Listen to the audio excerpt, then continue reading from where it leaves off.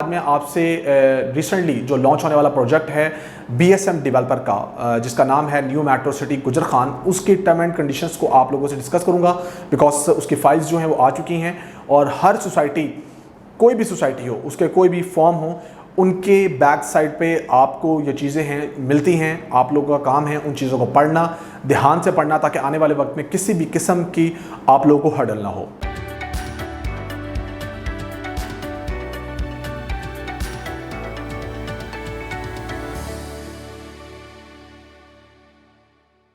अस्सलाम वालेकुम viewers, CDB properties के प्लेटफॉर्म से मैं हूं रिजवान कवी खान। उम्मीद करता हूं आप सब खैरियत से होंगे।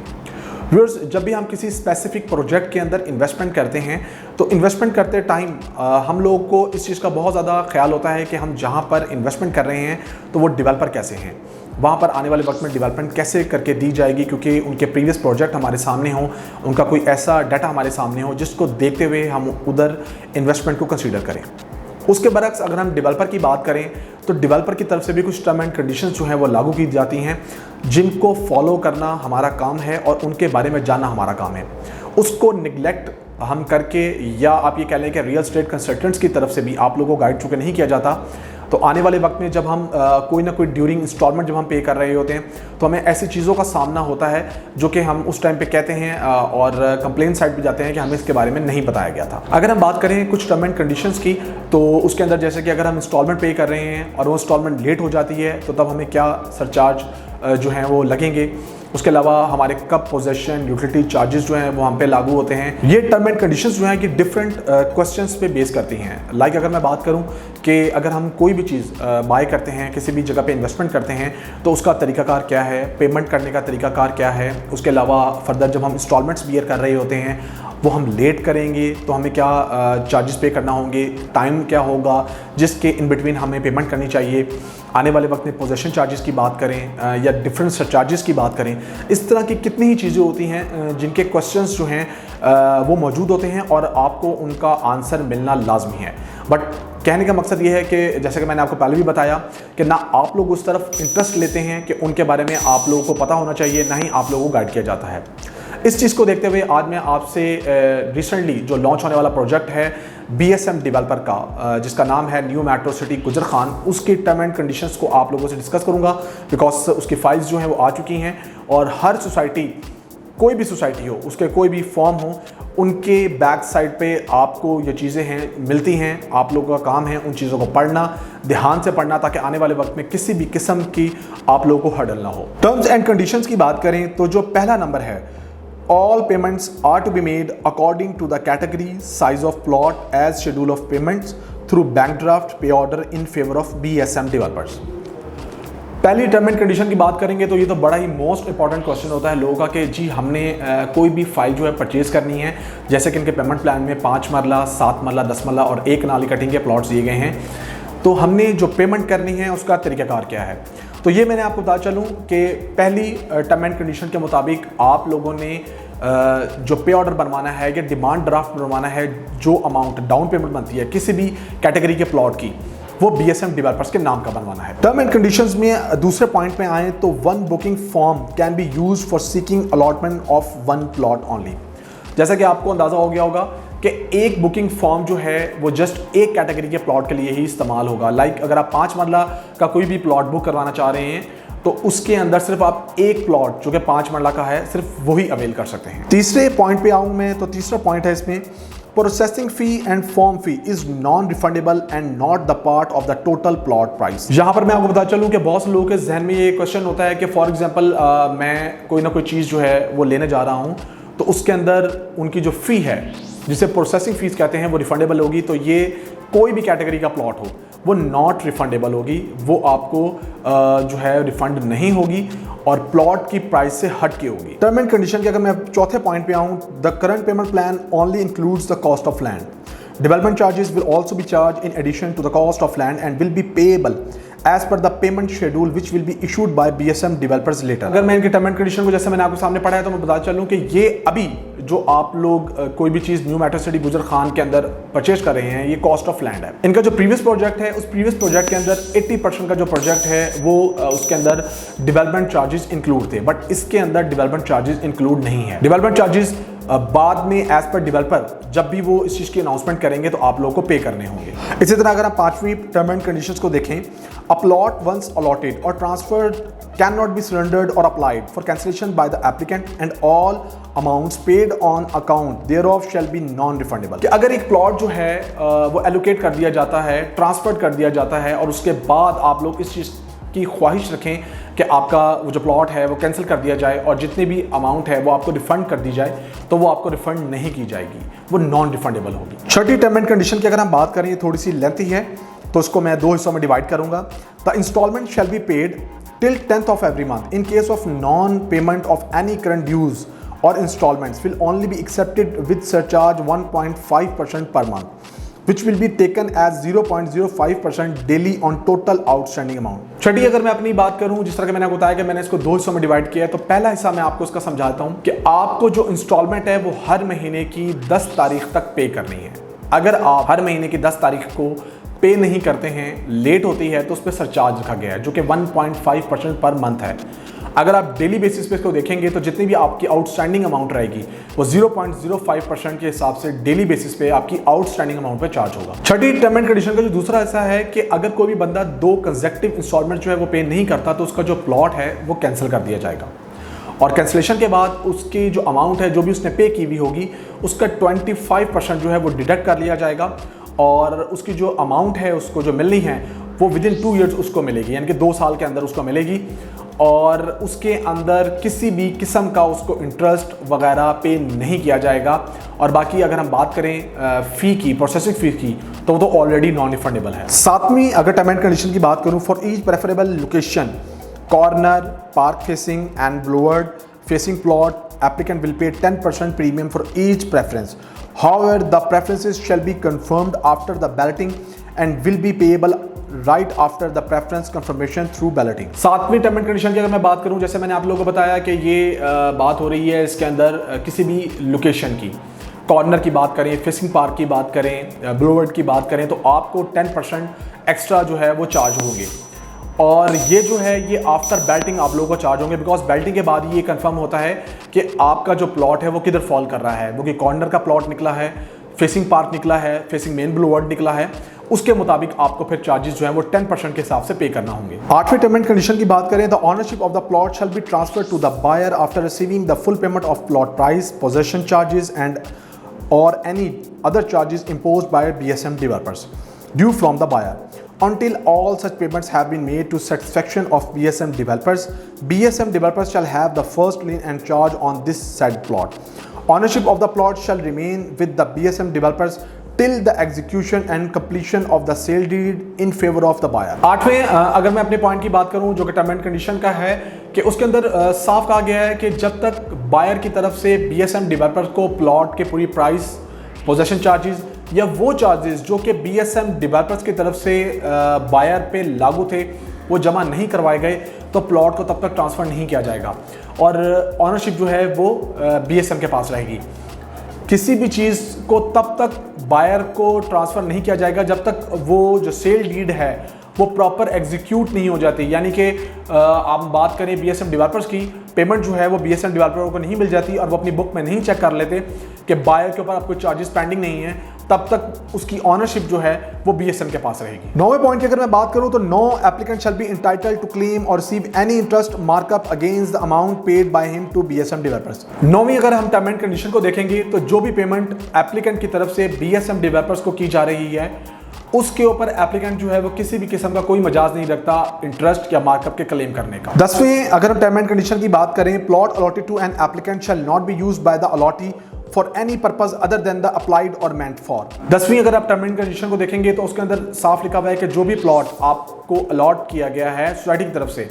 आपने उसकी पेमेंट की है और उसकी एलोकेशन जो है वो आपके नाम की हो चुकी है, आप उसको किसी भी अदर पर्पस के लिए यूज नहीं करेंगे। 11वीं टर्म एंड कंडीशन की बात करें तो only the pre approved elevation by BSM developers for a given plot can be constructed on the plots. No further construction or modification to any constructions can be done without the pre-approval of BSM developers. 11वीं term and condition को अगर हम देखेंगे तो हम यहाँ देखेंगे उन लोगों के लिए जो एंड यूजर हैं, जिन्होंने आने वाले वक्त में वहाँ पर घर बनाना है, 5 मरला, 7 मरला, 10 मरला या 1 कनाल के घरों की अगर हम बात करें तो जो भी एलिवेशन BSM डेवलपर्स की तरफ से रखी गई है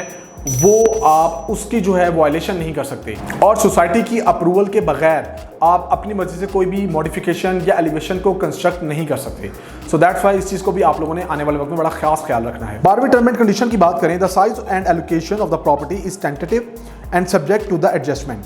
after demarcation measurement of the property at time of handing over possession. 12वें अगर आप पॉइंट की बात करें तो प्लॉट का जो साइज है या जो उसकी लोकेशन है, जब आपको वो हैंड ओवर होगा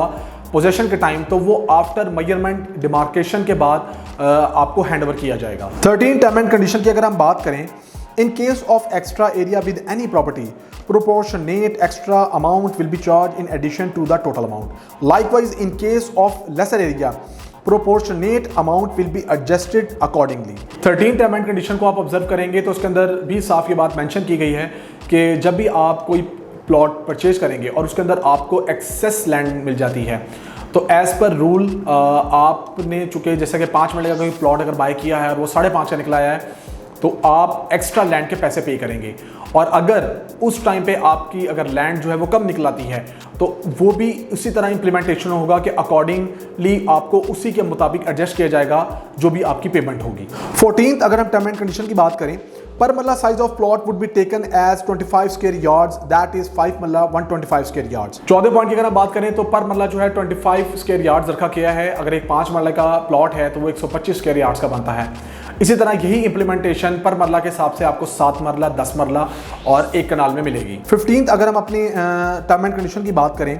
transfer of property allotted to an applicant shall be allowed only after receive of updated payment charges. All registration mutation charges shall be borne by the allotee। 15th point को जब आप observe करेंगे तो उसके अंदर भी आपको बताया गया है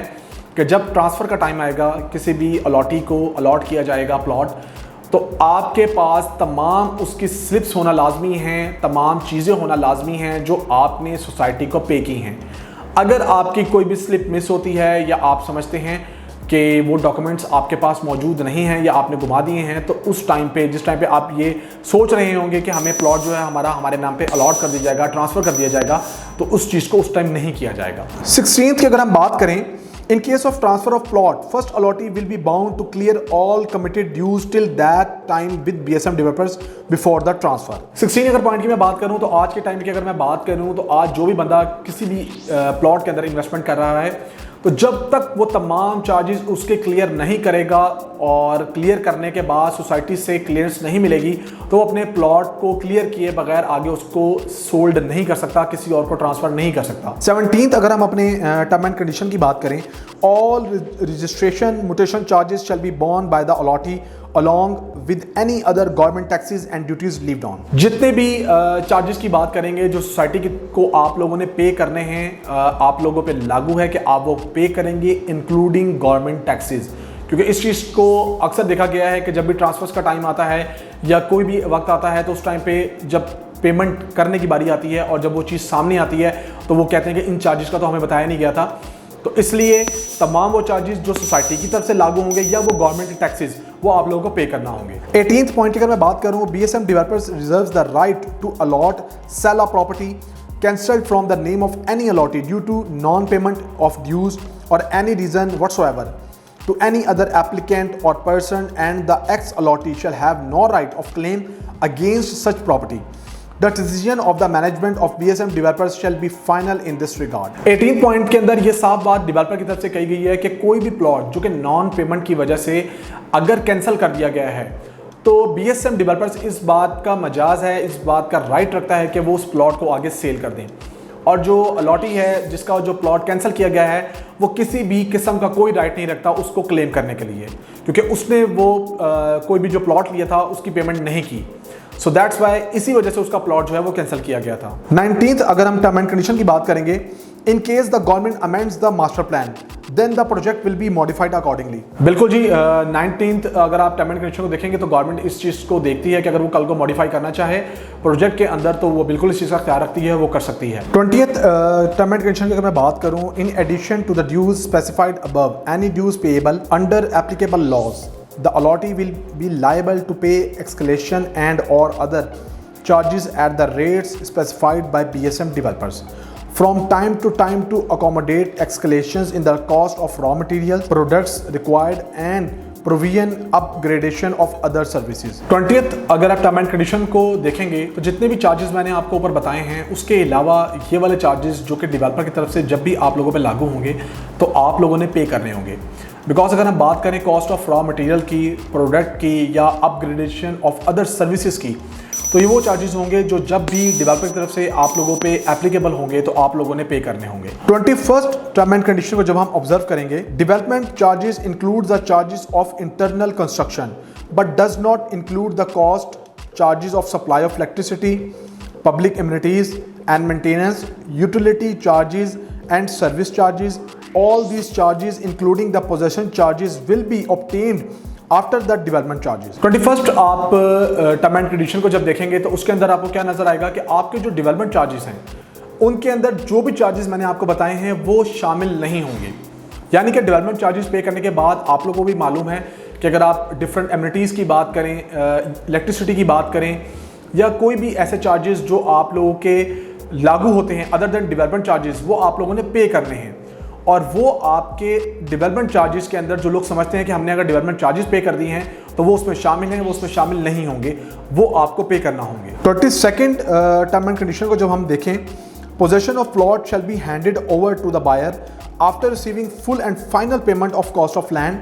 development charges, possession charges, utility charges, amenities charges or any other charges levied by the company from time to time. 22nd को जब आप देखेंगे तो आप लोगों को इस चीज का अंदाजा होगा कि उसके अंदर वंस अगेन कहा गया है कि वो तमाम चार्जेस जो आपने डेवलपर को पे करने हैं, आप जब तक नहीं पे करेंगे तो पोजेशन वाला प्लॉट आपके हैंडओवर नहीं किया जाएगा। अब वो पोजेशन चार्जेस हों, डेवलपमेंट हो, यूटिलिटी हो, डिफरेंट एमिनिटीज के हों, वो तमाम चार्जेस आपको पे करना होंगे। 23rd में अगर हम देखें, in case of any dispute between the allotee and BSM developer, the dispute will be referred to arbitration which will be conducted by an